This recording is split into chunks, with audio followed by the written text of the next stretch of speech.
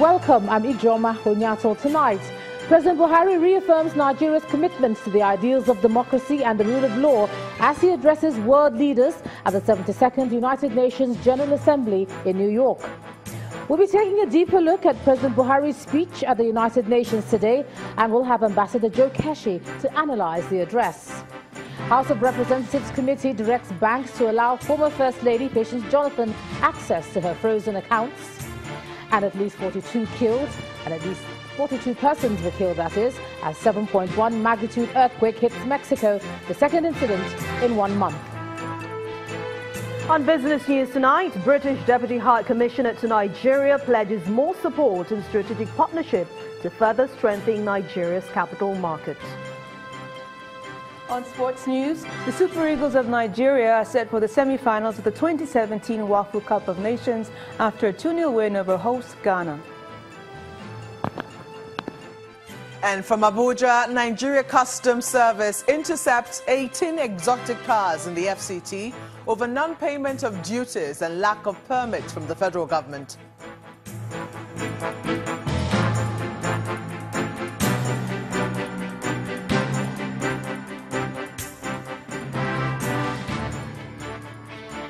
We begin tonight from the United Nations headquarters in New York, where Nigeria's president today reiterated the nation's firm democratic stance as he asked world leaders to maintain support in areas of corruption, terrorism, as well as asset recovery. President Muhammadu Buhari also underscored the fact that the frontiers of good governance and maintenance of the rule of law have expanded in the African region. The president, who was speaking at the 72nd United Nations General Assembly, also proposed the UN delegation to hold talks with the North Korean leader Kim Jong-un over recent nuclear threats. Our correspondent Gloria Umezoke reports. The annual general debate of the United Nations General Assembly is an occasion for world leaders to gather at the UN headquarters to discuss global issues. The general debate shines a spotlight on the needs of 193 countries, with discussions on vital issues. The theme of the debate is majorly focusing on people. And distinguished delegates, welcome to New York. The United Nations Secretary General, Mr. Antonio Guterres, opened up talks, and speaker after speaker highlights their country's gains and challenges. The Nigerian president, as the 8th speaker, makes a strong call for the international community to sustain cooperation in spite of conflicts, as he maintains that the nation's democracy remains unshaken. Our faith in democracy remains firm and unshaken. Through our individual national efforts, state institutions are being strengthened to promote accountability and to combat corruption and asset recovery. These can only be achieved through the international community cooperating and providing critical assistance and material support. The president of Nigeria, as the 8th speaker, makes a strong proposal to the United Nations on recent threats by North Korea. Nigeria proposes a strong United Nations delegation to urgently engage the North Korean leader. The delegation, led by the Security Council, should include members from all the regions.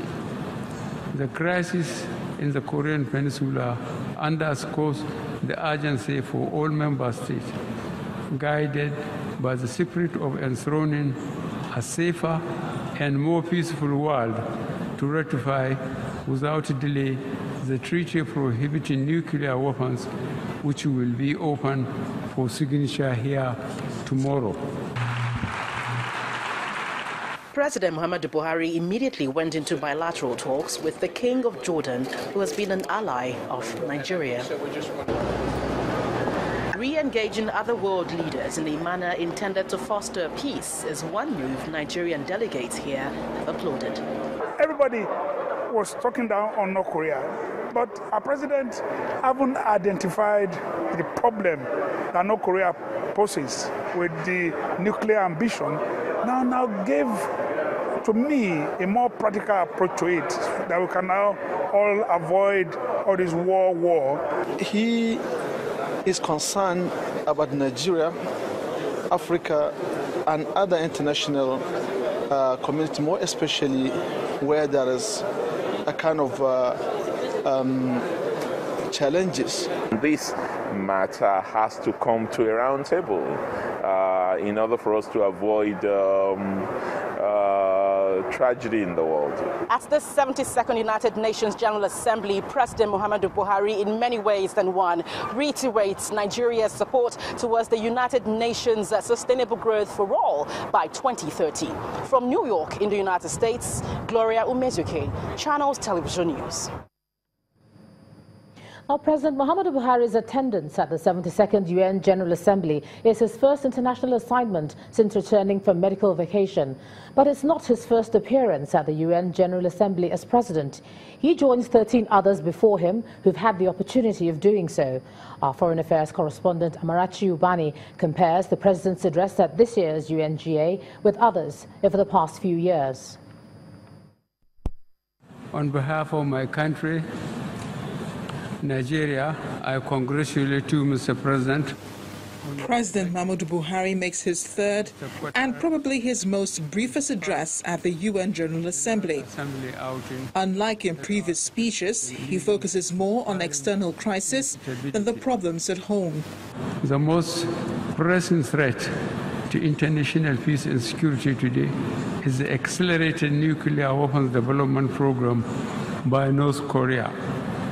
Since the Cuban Missile Crisis of 1962, we have never come so close to the threat of nuclear war as we have now.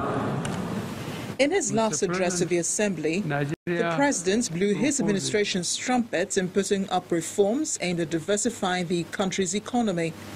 He said the government was taking measures to reduce the cost of governance and increasing expenditure on infrastructure and ensuring environmental best practices in a bid to stimulate the economy, restore growth and accelerate recovery.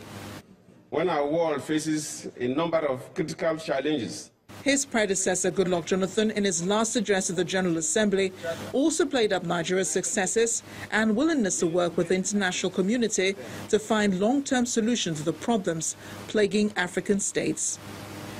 Africa, which has always been the center of Nigeria's foreign policy, has always been prominent in speeches made by Nigerian leaders, as expressed by former President Olusegun Obasanjo, who called attention to reform within the Security Council, telling the Assembly that Nigeria and Africa believes the Security Council should be expanded in the permanent and non-permanent categories to make it more representative, effective and acceptable. But perhaps Nigeria's most memorable moment at the UN General Assembly was her maiden speech to the world body on October 7, 1960.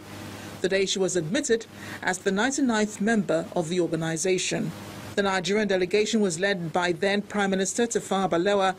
Focusing on Nigeria's independence without bloodshed or bitterness, he called world attention to the crisis in the Republic of Congo, speaking in elaborate terms of the source and consequences of the violence. He played up the economic potential of new African states and the possible contribution to the world economy. Tafawa Balewa's speech mesmerized the Assembly as the newly born nation showed promising signs of becoming Africa's most powerful and prosperous nation. Amarachi Ubani, Channels Television News.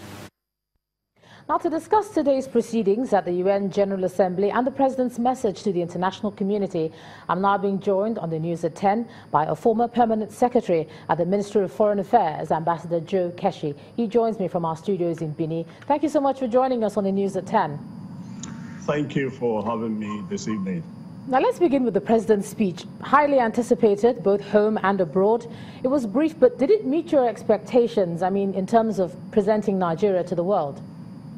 Well, to a large extent, it was brief, and I think that's understandable, given the President's ill disposition and the fact that after traveling almost 15 hours, I believe his handlers did not want to overstretch the President. But in terms of the speech itself, I think 2 or 3 things struck me as very outstanding. The first was the very matured proposal for the United Nations to send a team to North Korea for dialogue with the president of North Korea.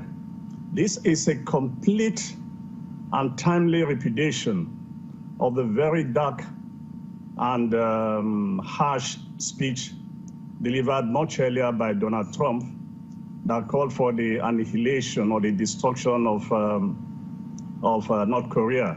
So to have another president, an African president, almost immediately telling the world this is not the right way to go, we need to send a team and we need to open dialogue so that the world does not experience another nuclear catastrophe. I think that was very interesting. And I think we must commend Mr. President for that, for the courage to actually, tell the Americans that there are better ways than going to war. The second thing, of course, was that I was surprised actually that the president had to go as far as to Myanmar to highlight the suffering of the Muslim population there who had been displaced. I thought that there were a considerable number of issues within the African continent and Nigeria itself that could have brought to the fore, like the migration issue itself, where thousands of Africans and Nigerians have died trying to cross the Mediterranean to Europe itself, which itself is, of course, as a result of a number of factors which the UN and the rest of the world need to focus and begin to address. But the most important thing also was this reaffirmation of the role of the United Nations in helping the world to find peace and stability. So on the whole, I think it was balanced. We missed some of the opportunities, I think, in selling and marketing Nigeria itself. But again, I say that's probably understandable that nobody wanted to stress the president to begin to highlight. I thought they should have highlighted some of the achievements of the regime in order to let the world know what was going on in Nigeria. I was going to actually ask you about that, because talking about this sort of opportunity to sell Nigeria on the world stage, usually you find that a country's foreign policy is reflected at events like this. Did you see any indicators of this looking through the speech? Not much, and that struck me. Yeah. Because if you listen to every president that spoke, they spoke in very high terms about their countries and what they are trying to do at home to achieve, not just peace and stability, not just focusing on the people and creating decent life for the people. I believe that this regime has claimed a number of times of some of its significant achievements. I think this should have been highlighted to the international community, given the fact that as we are today and given that we are getting out of recession, again, we need to stabilize that journey out of recession. And that can only be done when we begin to have investors return back to the country. So I guess they probably have very good reason for focusing on some of the issues they highlighted. But as I said, to a significant extent, let's just take it that it was balanced. Some of the issues that needed to be raised were raised. But I still make the point that there were certainly quite a number of domestic issues and issues around the continent that would have used the opportunity to highlight. Well, some say that perhaps it was intentional for him to focus on more global developments and less on pressing domestic issues. What do you think he should have given more room to in his address, looking at what is pressing in the nation right now specifically? I'm not one of those that readily agree with the President of the United States for many reasons. But you heard when the President of the United States said, listen, I have made up my mind to place America first, and I'm going to tell every nation in this room, place your country first. And I think that's fair enough, So when you go out there, it's a global forum. It's an opportunity to market your country, to draw attention to the successes and some of the challenges and how you're addressing some of these challenges. I keep making that point that we are the way we are today. Yes, we have challenges, but look, we are still better than a number of countries. And it gives the president, who's not been on the scene for a long time, the opportunity to reaffirm the strength of this country, the determination of this country to stay as one united, indivisible country. And the fact that we still remain the largest and the strongest economy. But again, we need to strengthen that with considerable capital injection into the Nigerian economy. So these are some of the issues that I would have loved him to really drive. But like I said, they probably had good reason for focusing on, on the global issues of appreciating the United Nations, of committing to work with the United Nations for global peace and security. All right. Former Permanent Secretary at the Ministry of Foreign Affairs, Ambassador Joe Keshi, thank you for sharing your thoughts on the news at 10 tonight. Thank you very much. Thank you for having me. Yeah. And in part two, after the break, 12 bodies recovered and 28 persons rescued from Chirora River following a boat mishap in Niger State. That's in a moment. Do stay with us.